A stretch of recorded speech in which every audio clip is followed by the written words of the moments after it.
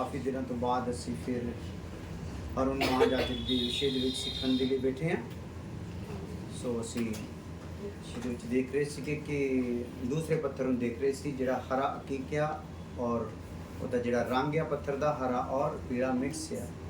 ਹਰਾ ਤੇ ਪੀਲਾ ਮਿਕਸ ਰੰਗ ਜਿਹੜਾ ਉਹ ਮਹਿਮਾ ਨੂੰ ਦਿਖਾਉਂਦਾ, ਈਸ਼ਵਰਤਵ ਨੂੰ ਦਿਖਾਉਂਦਾ ਔਰ ਰਾਜਸ਼ਾਹੀ ਨੂੰ ਦਿਖਾਉਂਦਾ। ਰਾਜਸ਼ਾਹੀ ਦੇ ਵਿੱਚ ਅਸੀਂ ਰਾਜਾ ਦੇ ਬਾਰੇ ਔਰ ਰਾਜਾ ਦੀ ਵਿਵਸਥਾ ਦੇ ਬਾਰੇ ਸਿੱਖ ਰਹੇ ਹਾਂ। ਹਾਲੇਲੂਇਆ।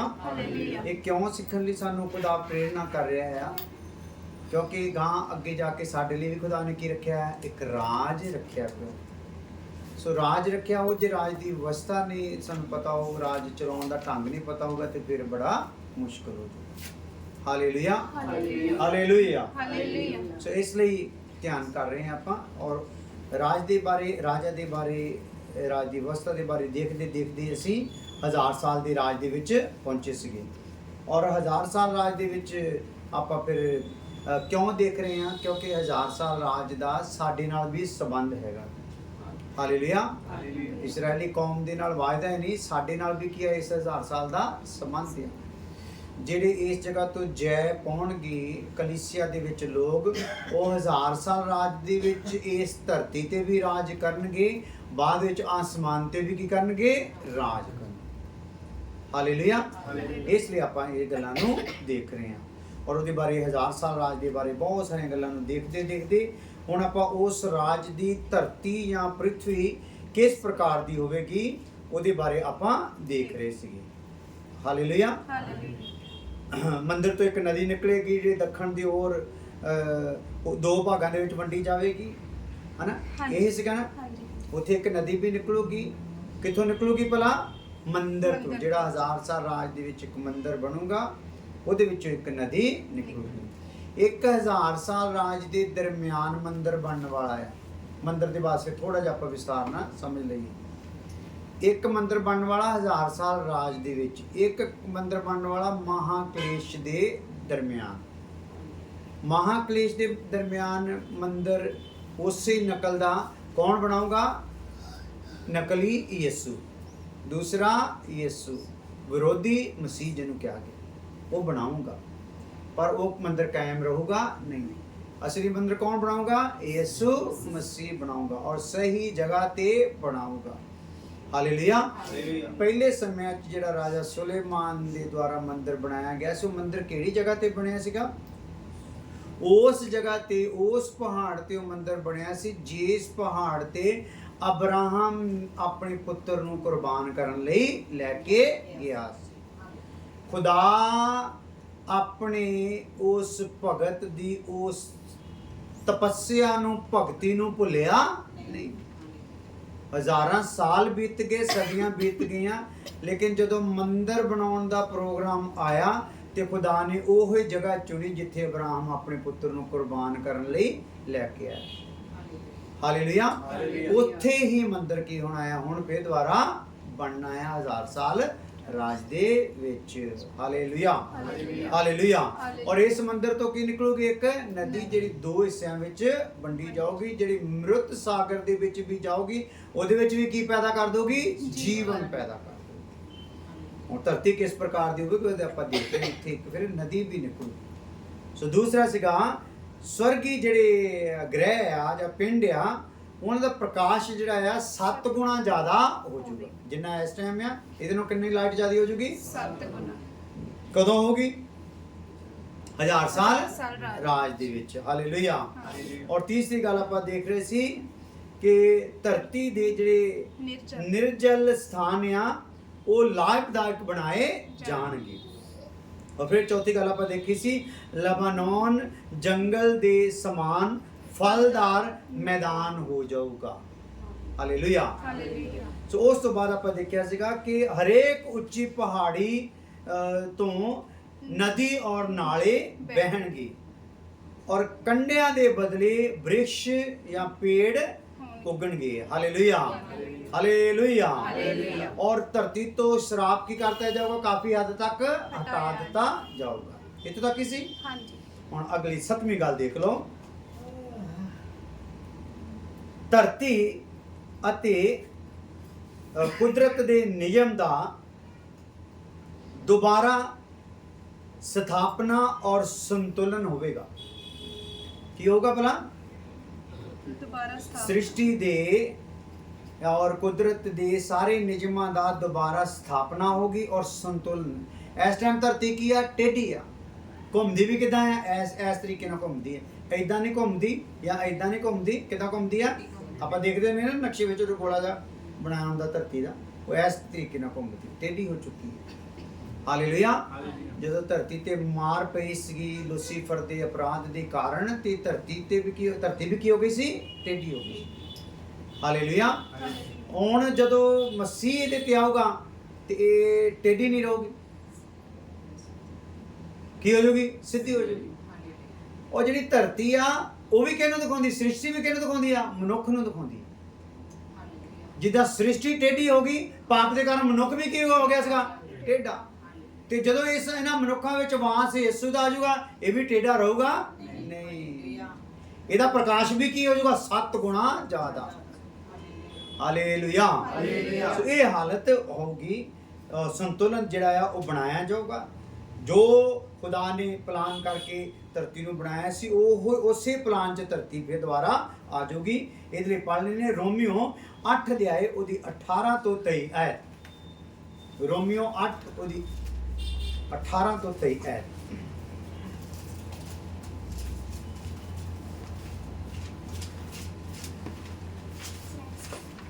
क्योंकि मैं समझता हूँ हाँ जी कि इस समय के दुख और हाँ, क्लेश हाँ जी उस महिमा के सामने हाँ जो हम पर प्रकट होने वाली है, प्रकट होने वाली आ कुछ भी नहीं कुछ है। भी नहीं हैगी। क्योंकि सृष्टि बड़ी आशा भरी दृष्टि से परमेश्वर के पुत्रों के प्रकट होने की बाट जो रही है। सृष्टि टेढ़ी आ ना, ते मनुख भी की आ? टेढ़ा आ। हुण टेढ़ी सृष्टि बड़ी तांग दे नाल की कर रही आ? पुत्र प्रकाश हो जाए ताकि मैं भी सिद्धि हो जावां। और तांग है इहनूं बड़ी। हालेलुया।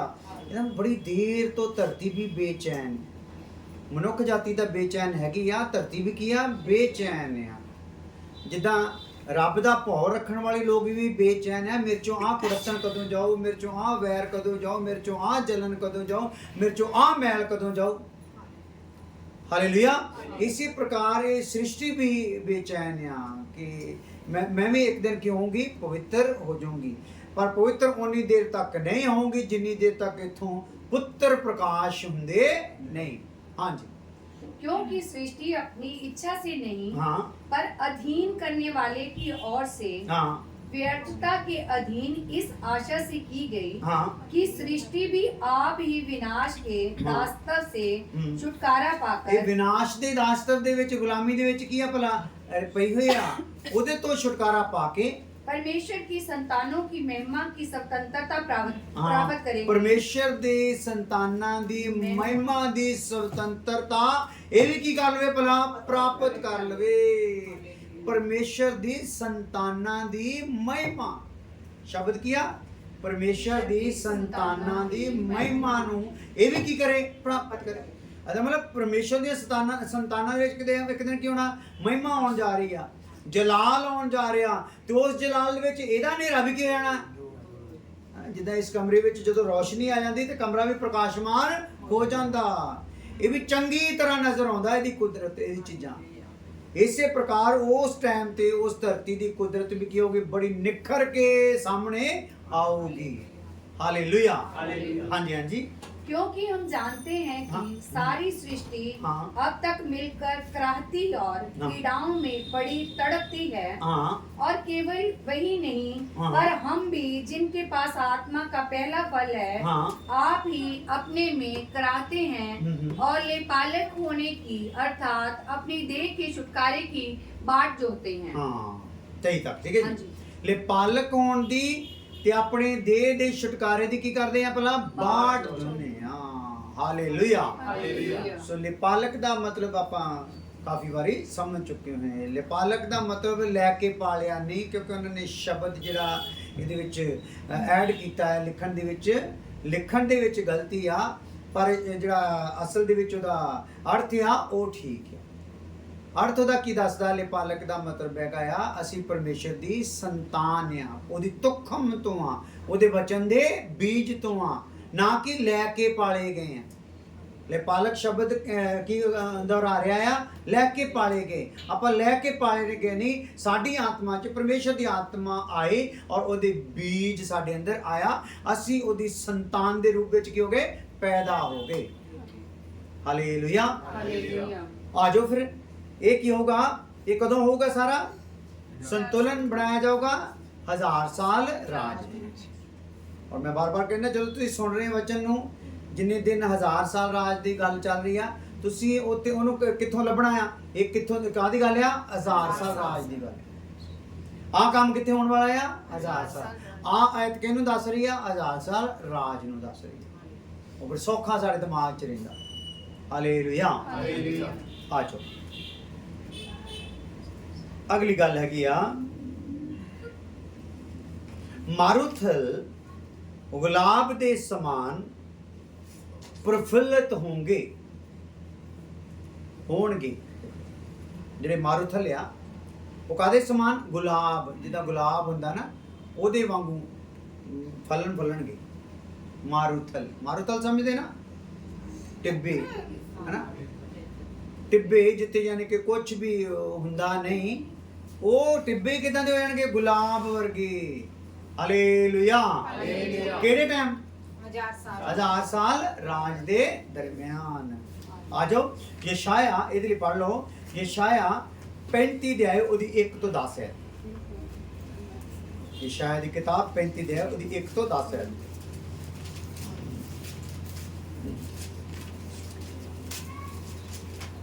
जंगल और निर्जर देश प्रफुल्लित होंगे, मरुभूमि मगन होकर केसर के समान फूलेगी। हाँ, मरुभूमि ਜਿਹੜੀ ਆ ਉਹ ਮਗਨ ਹੋ ਕੇ ਕਿਹਦੇ ਵਾਂਗੂ ਫੁੱਲੇਗੀ?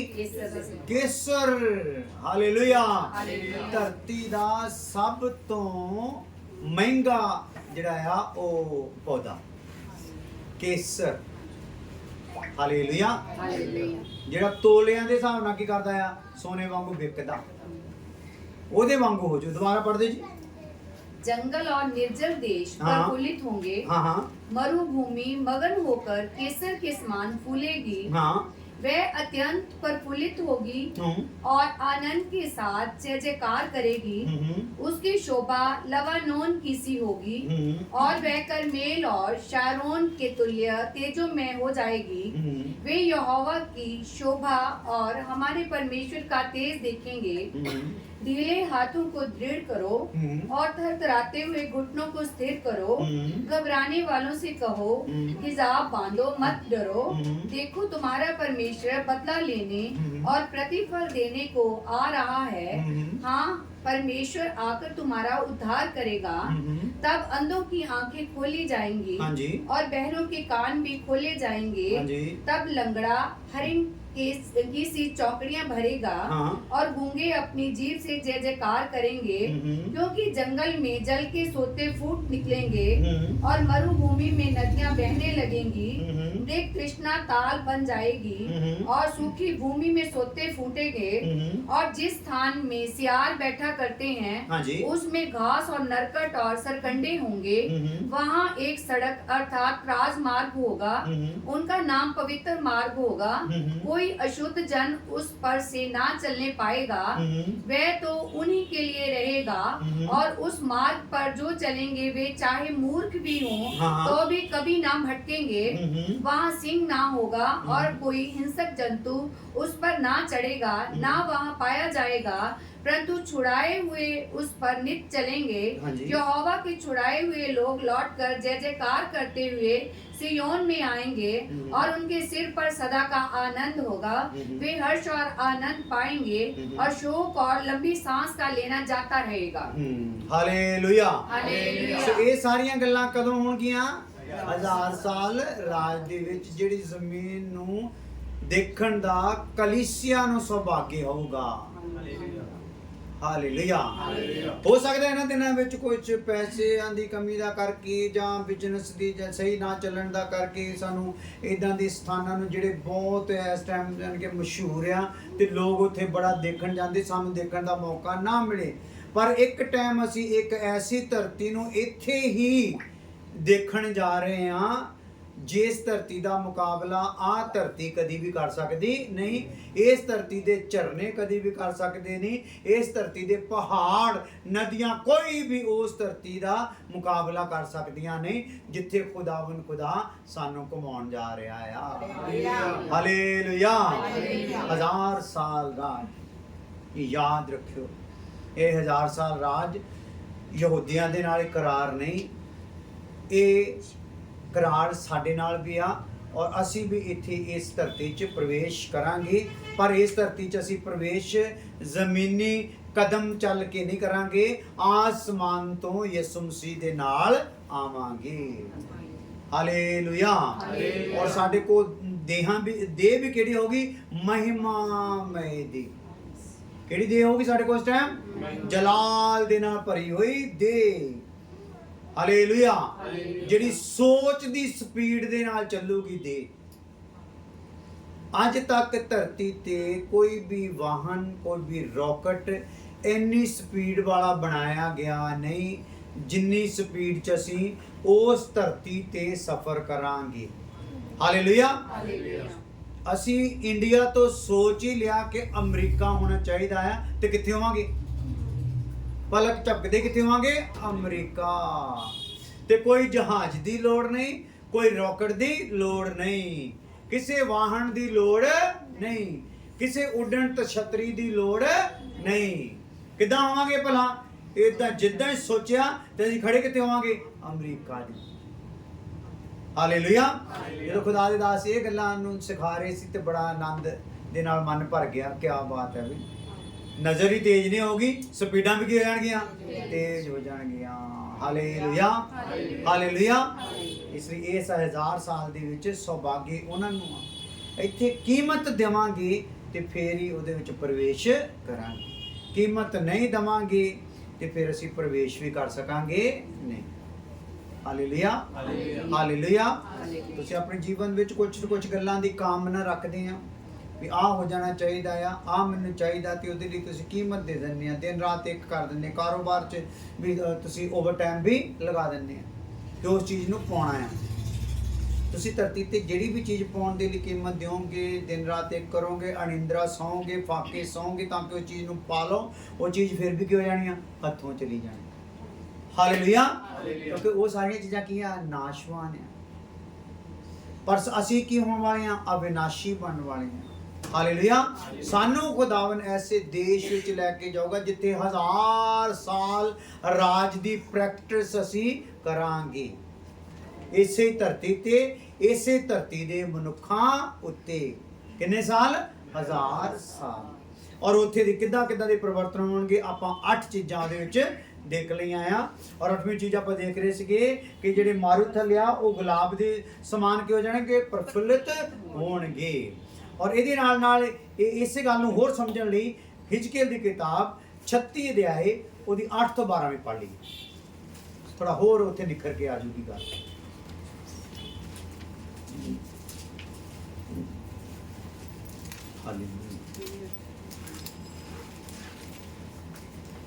परंतु हे इस्राएल के पहाड़ों, तुम पर डालियां पनपेंगी और उनके फल मेरी प्रजा इस्राएल के लिए लगेंगे, क्योंकि उसका लौट आना निकट है। 12 तक।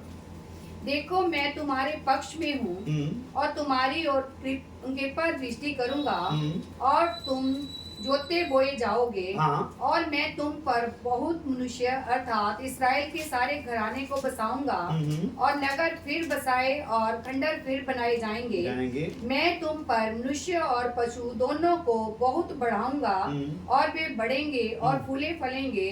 और मैं तुमको प्राचीन काल के समान बसाऊंगा और पहले से अधिक तुम्हारी भलाई करूंगा। तब तुम जान लोगे कि मैं यहोवा हूँ। हालेलुया। ਹਾਲੇਲੂਇਆ। ਉਸੇ ਇਸਰਾਇਲ ਵੰਸ਼ ਦੇ ਨਾਲ 1000 ਸਾਲ ਦਾ ਵਾਅਦਾ ਆ ਜਿਹੜੇ ਇਸਰਾਇਲ ਵੰਸ਼ ਨੇ ਮਿਸਰ ਤੋਂ ਲੈ ਕੇ ਹਾਲੇਲੂਇਆ। ਅੱਜ ਦੇ ਦਿਨ ਤੱਕ ਕਸ਼ਟ ਸਹੇ ਆ। ਕਿੰਨੀ ਵਾਰ ਇਹ ਮਾਰੇ ਗਏ, ਲੁੱਟੇ ਗਏ, ਉਜਾੜੇ ਗਏ। ਔਰ ਤੁਹਾਨੂੰ ਦੱਸਿਆ ਸੀਗਾ ਇੱਕ ਟਾਈਮ ਤੇ ਜਦੋਂ ਇਸਰਾਇਲ ਤੇ ਹਮਲਾ ਹੋਇਆ ਯਰੂਸ਼ਲਮ ਦੇ ਵਿੱਚ, ਤੇ ਵਿਰੋਧੀਆਂ ਨੇ ਕੀ ਕੀਤਾ, ਇਹਨਾਂ ਦੇ ਬੱਚਿਆਂ ਨੂੰ ਲੱਤਾਂ ਵੱਲੋਂ ਫੜ ਕੇ ਤੇ ਇਦਾਂ ਉਹਨਾਂ ਦੇ ਸਿਰਾਂ ਨੂੰ ਪੱਥਰਾਂ ਦੇ ਉੱਤੇ ਮਾਰ ਕੇ, ਜਿੱਦਾਂ ਕੱਪੜਾ ਧੋਬੀ ਮਾਰਦਾ, ਇਸ ਤਰੀਕੇ ਨਾਲ ਉਹਨਾਂ ਨੂੰ ਪੂਰੀ ਤਰ੍ਹਾਂ ਲਤਾੜ ਦਿੱਤਾ ਸੀ। ਔਰ ਦੱਸਦਾ ਇਤਿਹਾਸ ਕਿ ਉਸ ਟਾਈਮ ਯਰੂਸ਼ਲਮ ਦੀਆਂ ਜਿਹੜੀਆਂ ਨਾਲੀਆਂ ਸੀਗੀਆਂ ਉਹ ਲਹੂ ਦੇ ਨਾਲ ਕੀ ਹੋ ਗਈਆਂ ਸੀਗੀਆਂ, ਭਰ ਗਈਆਂ ਸੀ। ਇਦਾਂ ਕਤਲੇਆਮ ਹੋਇਆ ਸੀਗਾ। Hallelujah, hallelujah. ਔਰ ਹਿਟਲਰ ਦੇ ਬਾਰੇ ਤਾਂ ਤੁਸੀਂ ਜਾਣਦੇ ਹੋ, ਕਿੰਨੇ ਹਜ਼ਾਰ ਯਹੂਦੀਆਂ ਨੂੰ ਉਹਨੇ ਕਿੰਨੀ ਤਾੜਨਾ ਦੇ ਨਾਲ ਮਾਰਿਆ ਸੀ। ਸੋ ਇਸੇ ਵੰਸ਼ ਨੂੰ ਉਹ ਖੁਦਾ ਕੀ ਕਰ ਰਿਹਾ ਭਲਾ, ਜਿਹੜੇ ਇੰਨੀਆਂ ਕੁਰਬਾਨੀਆਂ ਦੇ ਰਿਹਾ, ਇੱਕ ਟਾਈਮ ਤੇ ਇਹਨਾਂ ਦੇ ਵੰਸ਼ ਨੂੰ ਹੀ ਉਸ 1000 ਸਾਲ ਦੇ ਵਿੱਚ ਰਾਜ ਕਰਨ ਦਾ ਕੀ ਹੋਗਾ, ਸੁਭਾਗੀ ਮਿਲੂਗਾ। Hallelujah, hallelujah. ਸੋ ਆਜੋ ਇੱਕ ਵਚਨ ਇਹਦੇ ਨਾਲ ਪੜ੍ਹ ਲਈਏ ਹੋਰ। ਆਮੋਸ 9 ਅਧਿਆਇ ਉਹਦੀ 13 ਤੋਂ 15 ਆਇਤ। ਆਮੋਸ ਦੀ ਕਿਤਾਬ 9 ਅਧਿਆਇ ਉਹਦੀ 13 ਤੋਂ 15 ਆਇਤ।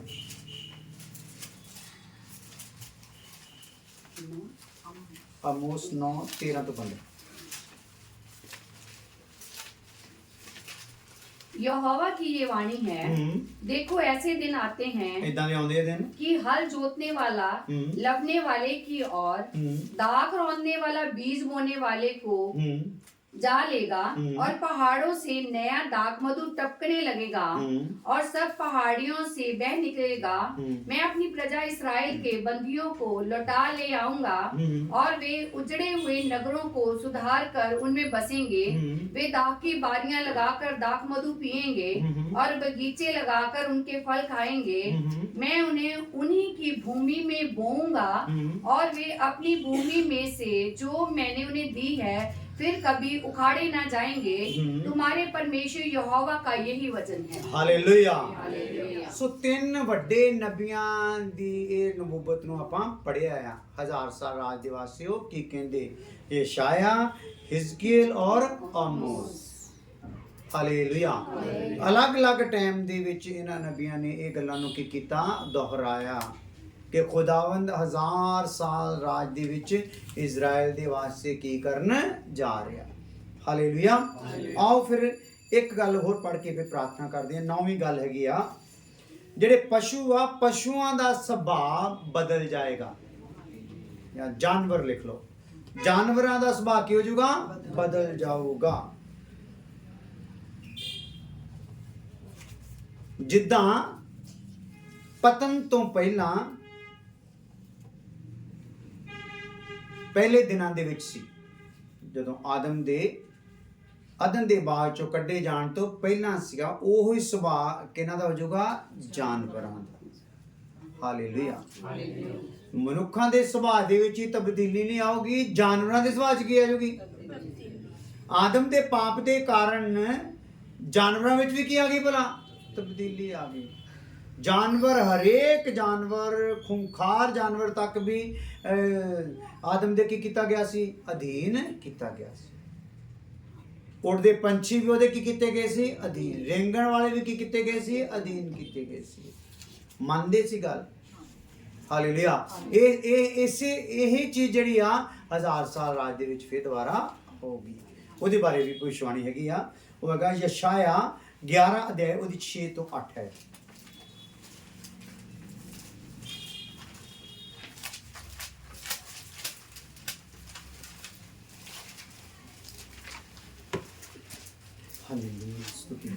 तब